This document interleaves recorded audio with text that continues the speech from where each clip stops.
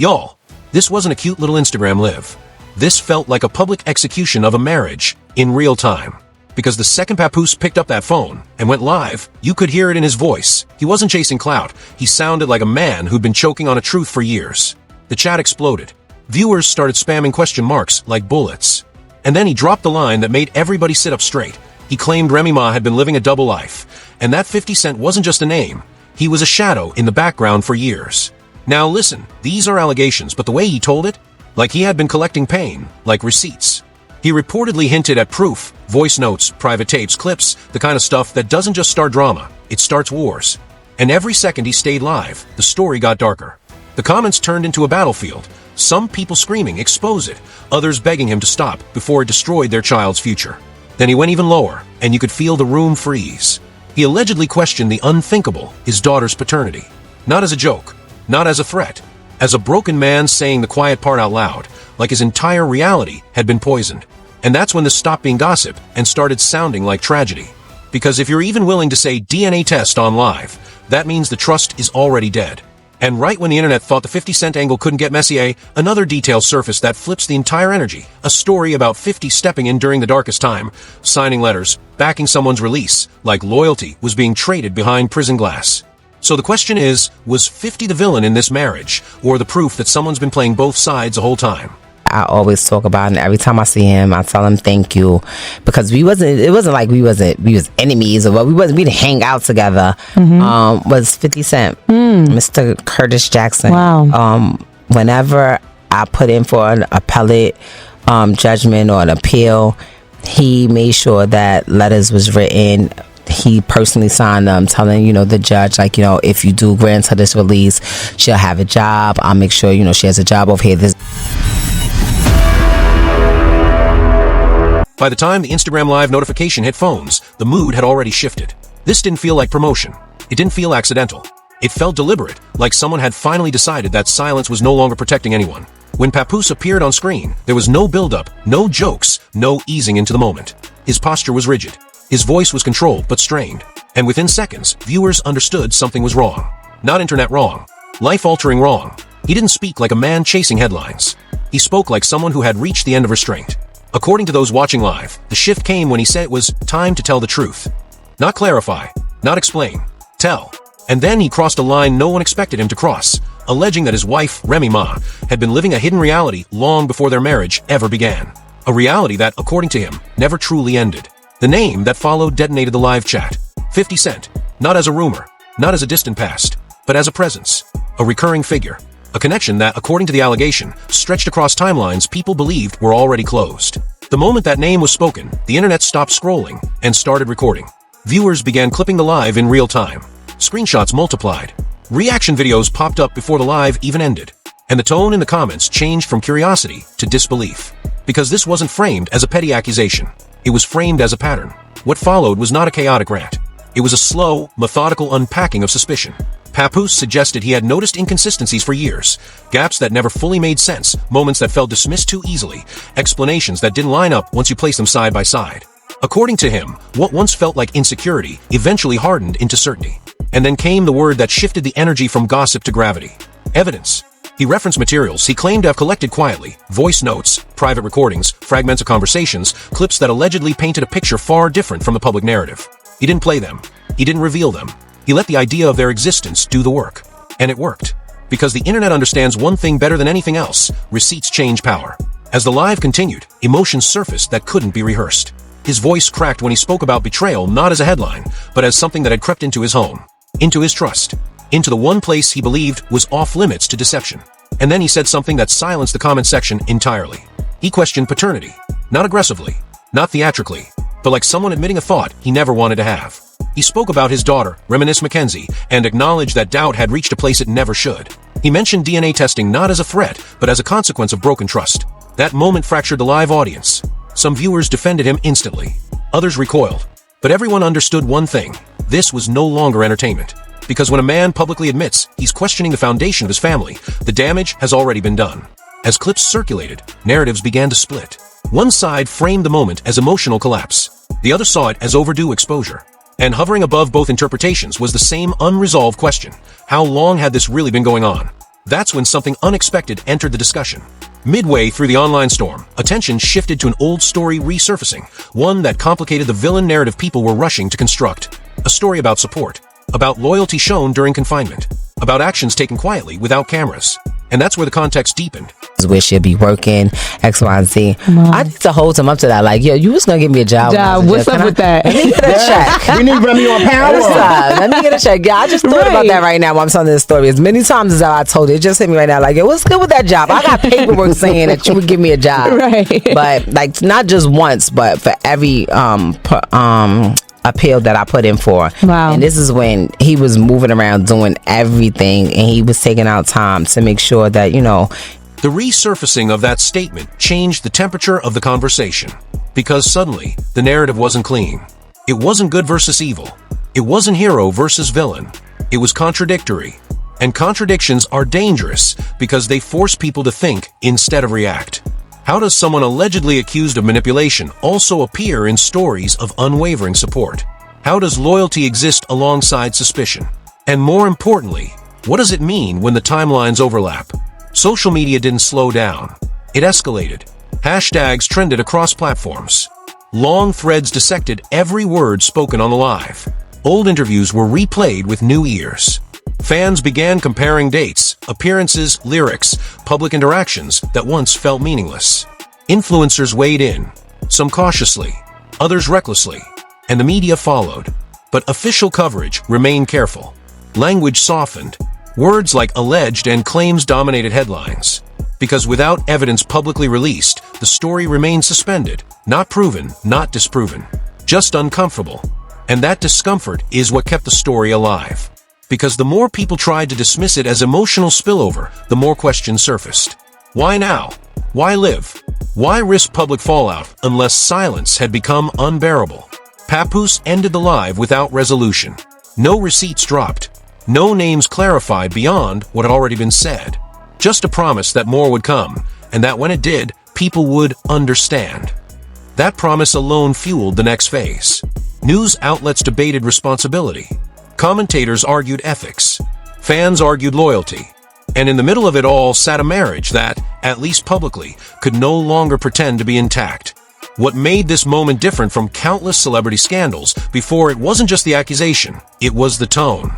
There was no celebration, no victory lap, just loss, confusion, and a sense that something irreversible had already happened.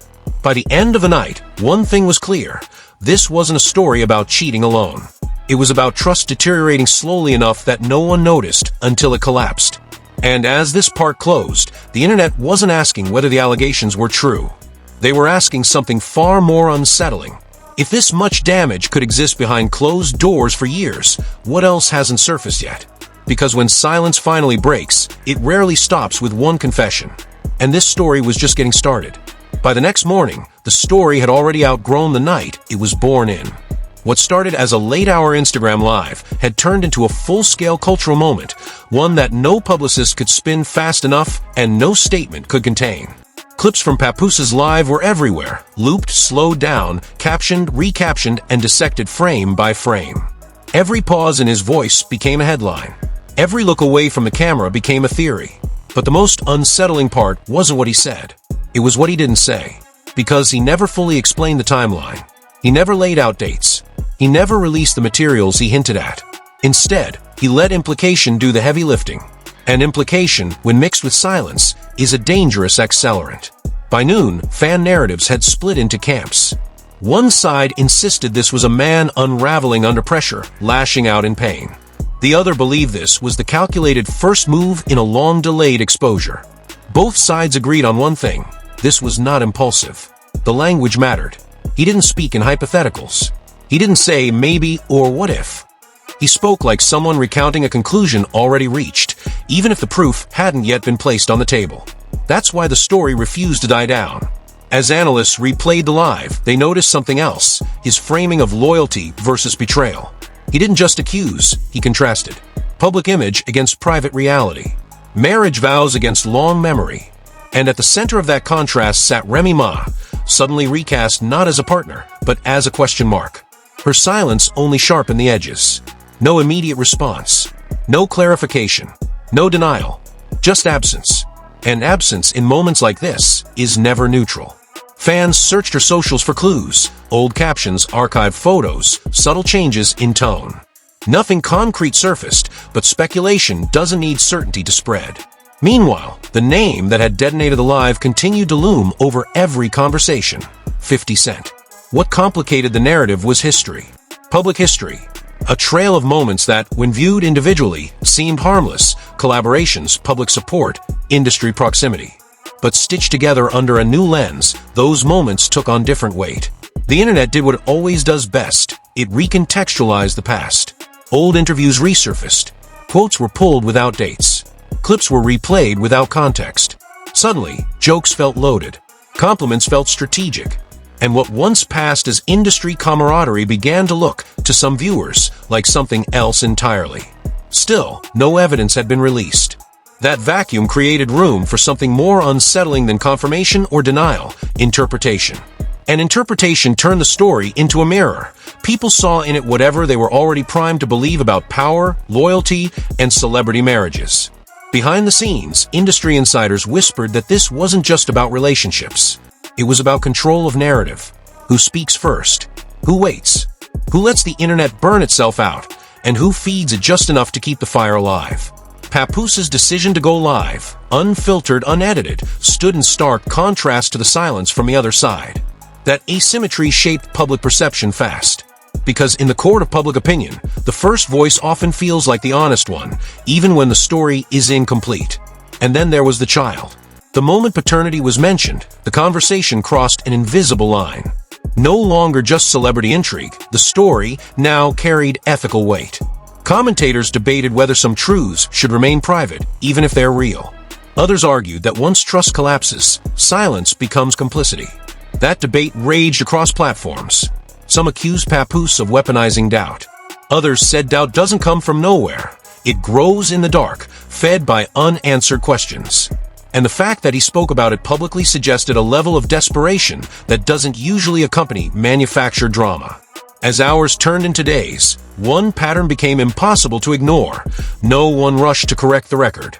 There were no emergency press releases, no coordinated denials, just a slow, tense waiting game. And waiting in stories like this is rarely accidental. Media coverage grew more cautious. Headlines softened. Words like alleged and claims became standard. But commentary shows were less restrained. Panels argued motives. Hosts debated credibility. And each debate pulled the story further from its origin and deeper into cultural consciousness. What made part 2 of this saga heavier than the first wasn't escalation. It was normalization. The shock had worn off, replaced by analysis. And analysis has a way of making even the unthinkable feel discussable. People began asking not just if the allegations were true, but why they might have been hidden. Was it protection? Fear? Convenience?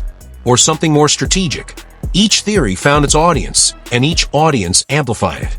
And through it all, the core question remained unresolved: what happens next? Because Papoose hadn't closed the door. He had cracked it open and walked away, leaving everyone staring into a room they weren't prepared to enter. He had promised understanding later, clarity later, truth later. Later is powerful. Later keeps people watching. As this part settled into the public consciousness, one thing became clear. This wasn't a scandal racing toward a neat ending. It was a slow burn unraveling, the kind that reshapes reputations quietly and permanently. No receipts had dropped. No apologies had been issued. No reconciliations hinted at. Just a widening gap between what the public thought it knew and what might still be hidden. And in that gap, the story continued to grow. Because when a marriage collapses under the weight of unanswered questions, the damage doesn't stay contained. It spills outward, into careers, into legacies, into how people remember what came before. Silence didn't calm the story. It reorganized it. After the second wave of analysis, something shifted in how the conversation moved online. The shock had settled, but it didn't fade, it hardened. People stopped reacting and started connecting dots. Not because new information dropped, but because the absence of clarification began to feel intentional. And intention, when left unexplained, invites interpretation. What followed wasn't louder outrage. It was quieter scrutiny. Accounts that rarely agreed began repeating the same observation. The timeline still didn't make sense. Not the public one. not the private one implied on that live.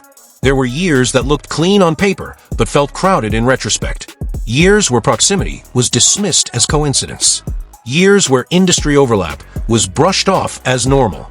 Those explanations worked until they didn't. And the longer no one spoke, the more the audience did. People revisited moments that once felt harmless. Old appearances, archived interviews, casual jokes that landed differently now. Fans didn't claim certainty, they claimed pattern.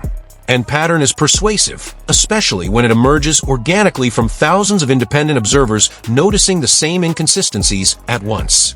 The story stopped being about one night on Instagram and became about what silence protects. Behind the scenes, speculation grew that this wasn't just a marital implosion, it was a strategic standoff. Who breaks first? Who waits for the heat to cool? Who trusts the algorithm to bury the moment under the next distraction? But the algorithm didn't move on. The audience didn't either. Every time a new topic tried to trend, the comments dragged the conversation back. Clips from the live resurfaced with new captions. The same sentence carried different meanings depending on who posted it. And that's when the story became unstable, because no single version could dominate. What made this phase more unsettling was the emotional residue left behind. The pain wasn't theatrical. It lingered in the background, unspoken but visible. Viewers talk less about drama and more about damage. About children caught in narratives they didn't choose. About reputations shaped by moments no PR plan could fully reverse. The idea of waiting for proof lost urgency. Instead, people waited for acknowledgement, a denial, a clarification. Anything that suggested the story wasn't being managed by omission. But as days passed, the vacuum only deepened. And vacuums pull narratives inward, compressing speculation into something that feels heavier than facts. In that compression, roles began to blur. The figure who spoke first no longer looked reckless to some. He looked isolated. The figure who stayed silent no longer looked composed to others. She looked protected. And the third name, the one that hovered over the entire conversation, became a symbol rather than a person. Not accused outright. Not defended either. Just present in every version of the story, like an unresolved variable. That ambiguity became the most powerful force in the room. Because ambiguity allows everyone to project. Supporters saw betrayal. Skeptics saw breakdown. Others saw a system where influence bends narratives long before the public ever notices. And none of those interpretations could be disproven without someone stepping forward. No one did. As the days stretched on, content creators pivoted from reactions to retrospectives. Long-form breakdowns replaced hot takes. Timelines were rebuilt with obsessive precision. Dates were highlighted. Gaps were circled. And still, nothing conclusive emerged, just a growing sense that something had been withheld, not necessarily lied about, but carefully left untouched. That distinction mattered, because withholding doesn't trigger immediate backlash. It erodes trust slowly, quietly, permanently. In private messages leaked by fans, not authenticated, not verified, people claimed insiders were urging patience. Let it pass. Don't engage. This will burn out. But the audience had already moved past outrage. They were invested now. An investment doesn't disappear on schedule. It evolves. The narrative shifted again when commentators began asking a different question. Not what happened, but why now? Why did the breaking point arrive publicly? Why not behind closed doors?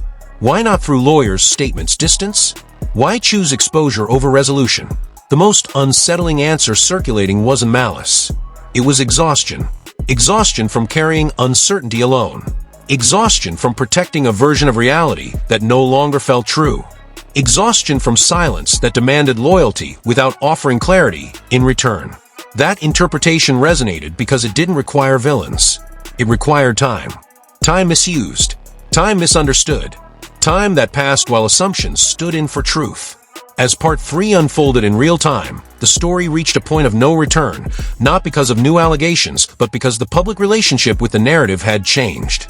People no longer waited to be told what to think. They had already decided what questions mattered. And the loudest question wasn't about guilt. It was about honesty. Could this story have ended quietly years ago if someone had spoken sooner? Could clarity have prevented collapse? Or was the collapse inevitable once silence became policy? Those questions hung over every discussion, unanswered and unanswerable. The final shift came when audiences realized something uncomfortable. Even if proof surfaced tomorrow, it wouldn't restore what was lost.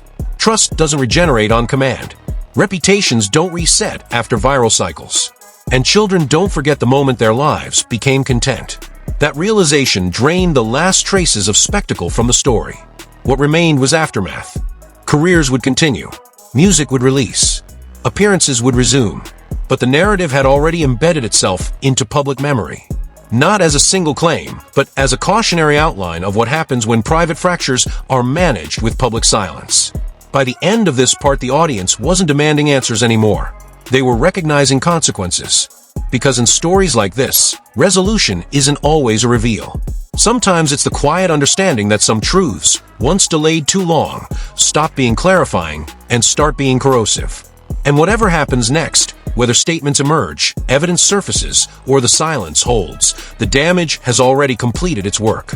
The story doesn't end with closure. It ends with permanence. This is where the story stops being entertainment and starts feeling like a warning. Because what collapsed here wasn't just a relationship, it was an illusion that survived for years on silence, loyalty, and carefully managed appearances. A marriage the public believed in didn't explode overnight. It eroded quietly behind closed doors while questions stacked up unanswered and trust was stretched thinner every day. By the time those questions reached the surface, the damage was already irreversible. This wasn't betrayal that screamed. It whispered. It hid in gaps, in timelines that never quite lined up, in moments explained away until explanation itself became suspicious. And when silence is used long enough, it stops protecting anyone. It becomes a weapon. What makes this tragedy heavier isn't fame, money, or social media noise. It's the realization that pain can be postponed but never erased. That loyalty, when unreturned, turns corrosive. And that truth delayed doesn't arrive gently, it arrives destructive. The internet may move on. Trends always do. But the emotional fallout doesn't disappear with the next headline. Children don't forget. Trust doesn't reset. And reputations don't heal just because the timeline refreshes. This story didn't go viral because of accusations. It went viral because people recognized the pattern. They saw what happens when honesty is deferred for convenience, when narratives are curated instead of confronted, and when silence is mistaken for strength. Now the question isn't who was right or who was wrong. The question is how many moments like this are unfolding right now, quietly, while everyone waits for the right time to speak. Because by the time the truth finally comes out, it's rarely about closure anymore. It's about consequences. And once the silence breaks, there's no way to control where the damage lands.